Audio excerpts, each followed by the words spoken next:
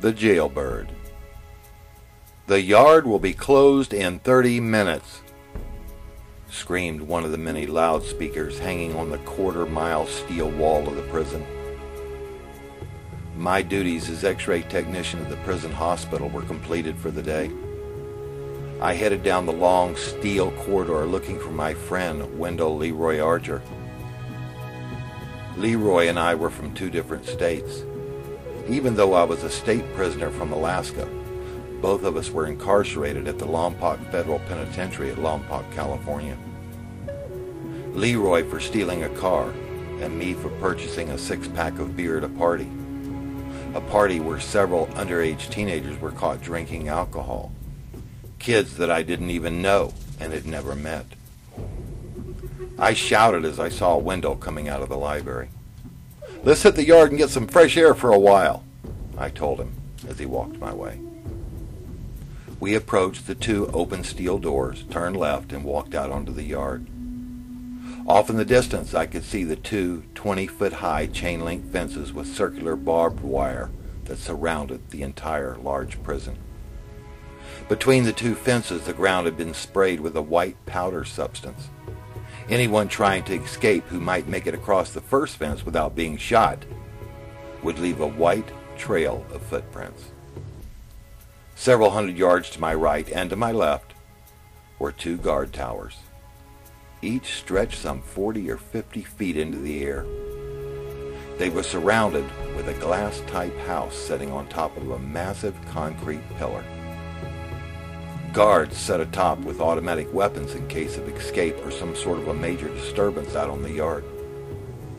The yard was filled with about 600 inmates, each divided into various sections.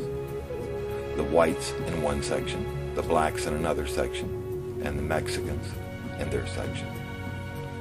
In addition to these groups, there were the gangs.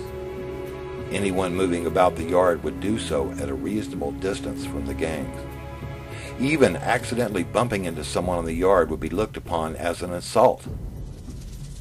Such an incident could get you beaten, stabbed, and possibly even killed. Carefully, Leroy and I walked out into an open area and sat down on the ground, and we began to talk. As we talked, we watched the weightlifters in the weight area. Several groups of men were throwing a baseball back and forth. Several others were pitching a rubber ball against a cement wall as they were playing handball. Other prisoners were walking and running around the track just trying to stay into shape. When prisoners are on the yard, you always keep your eyes open and you stay alert at all times. You never allow anyone to walk up behind you. If someone were to walk up behind you, you immediately stand up and you face them down. Though there are hundreds of different conversations taking place, you are not allowed to eavesdrop. Even if you overhear the conversation, you had best not look or act as though you heard anything. Even looking in the direction of a conversation might start a serious and violent confrontation. As we talked, we noticed a large group of men gathering at the cement wall. Within a minute, almost everyone on the yard was walking in that direction. Wendell and I stood up, and I noticed the guards on the towers walk out onto the cement ramp with a rifle in their hand. Within a minute or so, word had spread throughout the yard that a bird had flown into the cement wall and had injured itself. We slowly made our way over to the wall. Sure enough, there was a bird lying on the ground with an injured wing. One of the weightlifters reached down, picked up the bird, and began to stroke its head. The prisoners packed in tight to see what was happening. As I stood there, I looked back and forth at the faces of every prisoner. Something had changed, even if only for a moment. Not one prisoner was on guard, and no one was worried about being hurt. All that seemed to matter was the injured bird. "Dispense and return to your stations," sounded the loudspeaker. Slowly, the crowd began to move apart.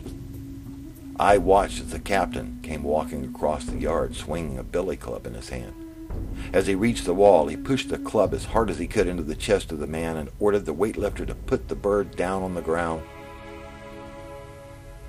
The large man carefully placed the bird on the ground, and then he stepped back and just stood there. The captain raised his glove above his head, and he struck the bird in the head as hard as he could. The bird fluttered its wings and flew around in a small circle for several seconds. Then it lay lifeless on the ground. In the stillness, its beak opened and closed several times, and then its head slowly lowered to the ground.